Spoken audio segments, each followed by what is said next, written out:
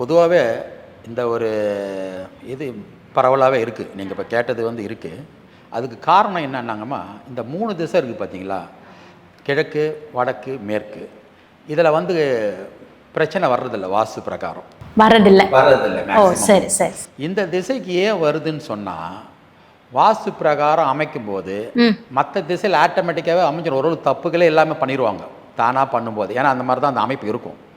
இப்போது மேற்கு திசையாக இருக்குதுன்னு வச்சிங்களேன். அப்போ இந்த மேற்கு திசைக்கு வந்துட்டு உங்களுக்கு வந்து செப்டிக் டேங்க் வந்து நம்ம வாயுவில் போடுவோம்.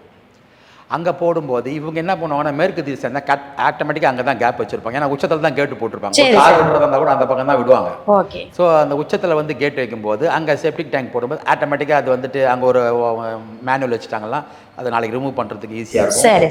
அதுக்கு மேலே உள்ளே இந்த நேரம் உள்ளே போனாங்கன்னா கரெக்டாக ஈசானி வந்துடும் உங்களுக்கு. அங்கே ஆட்டோமேட்டிக்காகவே போர் போட்டுருவாங்க. அங்கே வந்துட்டு உங்களுக்கு சம்பும் போட்டுருவாங்க. ஸோ இப்போ தவறுகள் வந்து நடக்கிறது குறைவாகவே இருக்கும். சாதாரணமாக வாசுவே தெரியாதவன் வந்தால் கூட நம்ம வெளியிலே போட்டுட்டோம்னா அது நாளைக்கு கழிவு நிறுத்த வண்டி வந்துச்சுன்னா எடுக்கிறது ஈஸியாக இருக்கும். முனையிலே வந்துடும் நமக்கு அப்படின்ற மாதிரி அவங்க டெக்னிக்கலாகவே திங்க் பண்ணும்போதே வாஸ்து அங்கே அப்ளை ஆகிடுது ஆட்டோமேட்டிக்காகவே. அதனால தவறுகள் வந்து ரொம்ப குறையுது. அதனால அங்கே இருக்கும் வாஸ்து பக்கம் போகும்போது கூட அது நல்லா இருக்கிறதுனால அந்த திசை நல்லா இருக்கு.